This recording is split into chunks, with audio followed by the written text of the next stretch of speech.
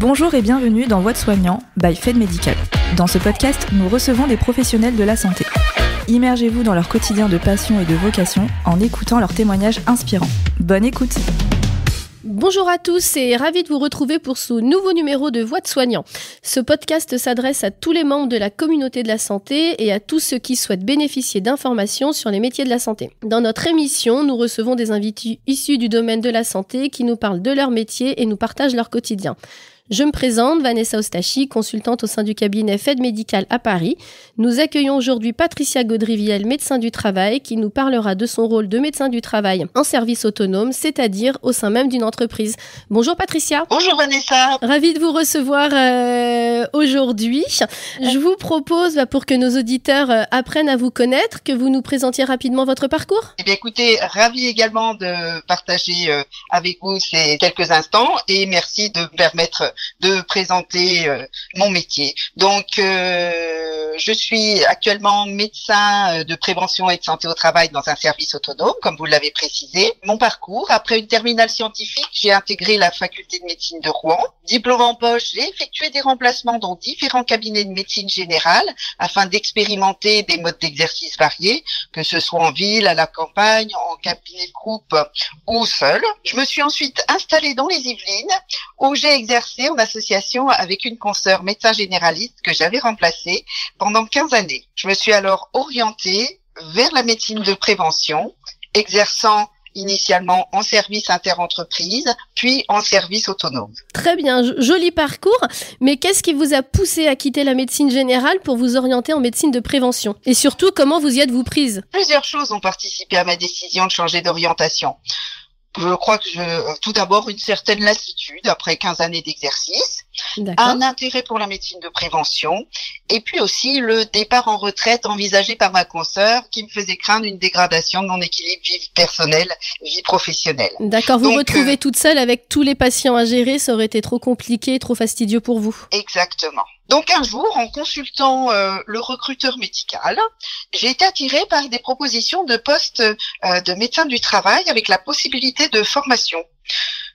J'ai donc fini par postuler dans un service de santé au travail interentreprise qui offrait cette opportunité et j'ai effectué une formation en Belgique à l'Université catholique de Louvain tout en exerçant en qualité de médecin du travail. Donc, entre 2010 et 2013, tout en travaillant, je faisais des allers-retours hebdomadaires, un jour par semaine, à Bruxelles, et j'ai obtenu un master complémentaire de médecine du travail, donc un diplôme belge. J'ai ensuite complété ma formation en France, notamment avec un module de législation, puis j'ai validé le diplôme interuniversitaire pratique en santé au travail en France. Voilà, en santé au travail en France pour obtenir ma qualification de médecin spécialiste en médecine du travail en 2015. D'accord, et du coup, vous avez dû changer votre inscription au niveau du Conseil de l'Ordre pour pouvoir être reconnu en tant que médecin du travail et puis médecin généraliste. Exactement. D'accord. Vous nous avez évoqué votre formation de médecin du travail en faisant une formation et en exerçant au service interentreprise. En quelques mots, quelle est la différence entre un service interentreprise où vous avez débuté votre carrière et le service autonome où vous êtes actuellement? Alors, dans le service interentreprise, en fait, on exerce vraiment en pluridisciplinarité. C'est très, très enrichissant parce que on travaille avec des infirmières de santé au travail, des ergonomes, des ingénieurs santé-travail, des psychologues du travail. On a vraiment cette pluridisciplinarité. Par contre, on a assez peu de temps à consacrer à nos actions. C'est-à-dire que les visites médicales sont réalisées en un temps record et la possibilité de se rendre dans les entreprises, là où travaillent les salariés quand on a la charge du suivi, écoutez, on a très très peu de temps pour faire ces actions. Ce qui m'a poussé à aller en service autonome où la pluridisciplinarité est moindre.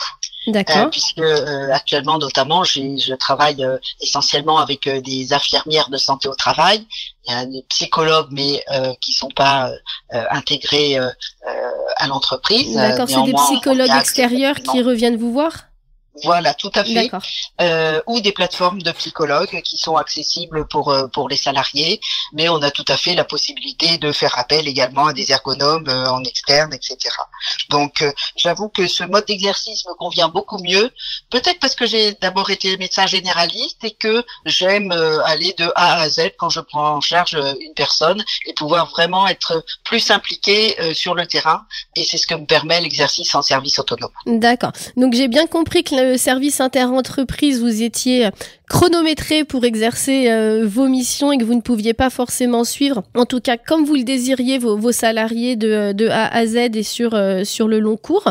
Là, en service autonome, vous avez un petit peu plus le temps, mais peut-être moins d'équipe à votre disposition.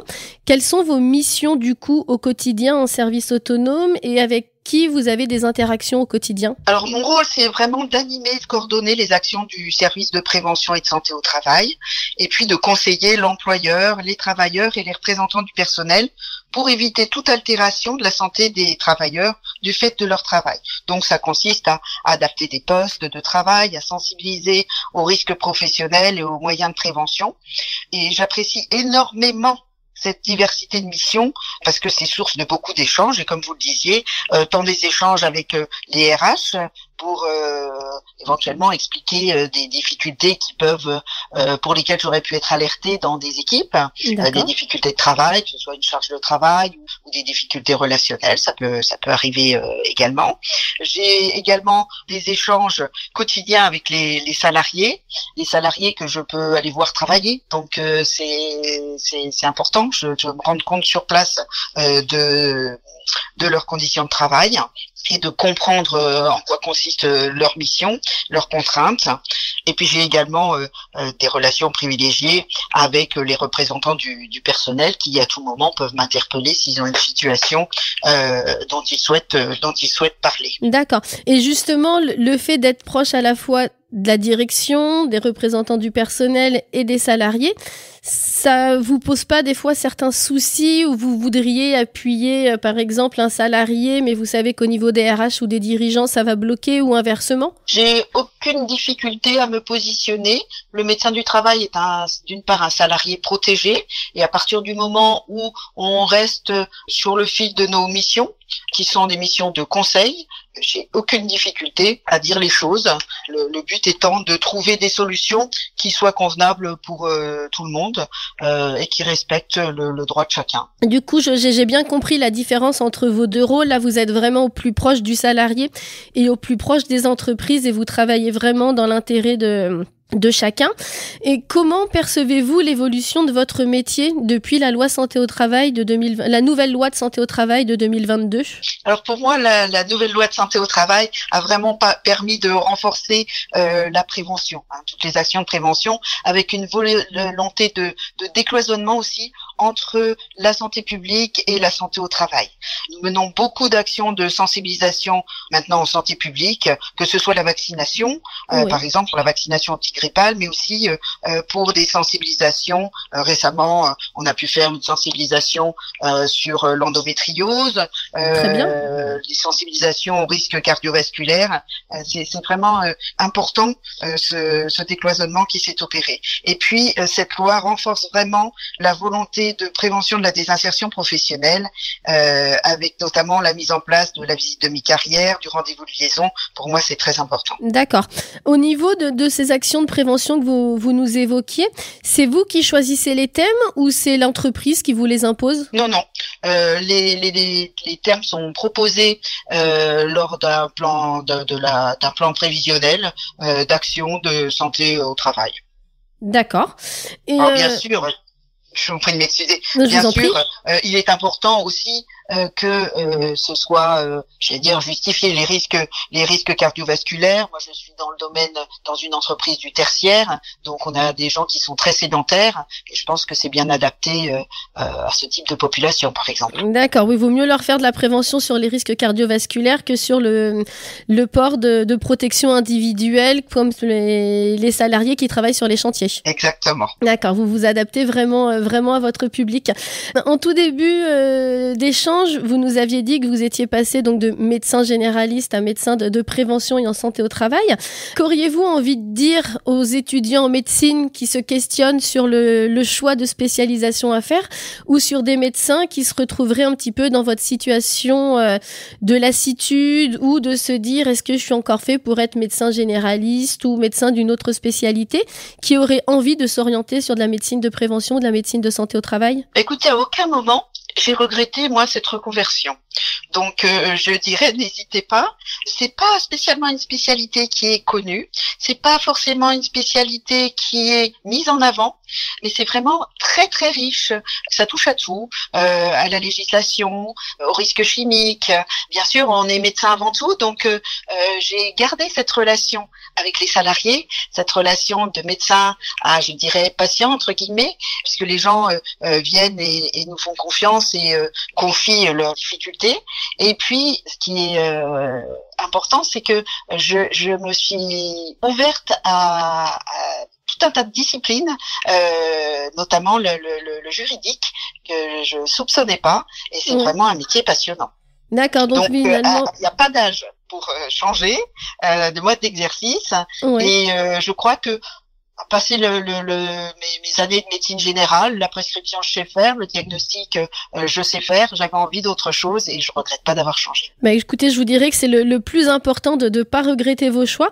En tout cas, vous nous avez donné envie de côtoyer un petit peu plus souvent les médecins du travail qu'on peut peut-être avoir peur d'aller rencontrer, de peur d'être jugé ou dénoncé éventuellement au niveau des ressources humaines en entreprise. Donc pour tous nos auditeurs, si vous avez un souci, en tout cas, n'hésitez pas. Vous pouvez vous confier à votre médecin du travail qui a un droit de neutralité vis-à-vis de vous et de l'entreprise.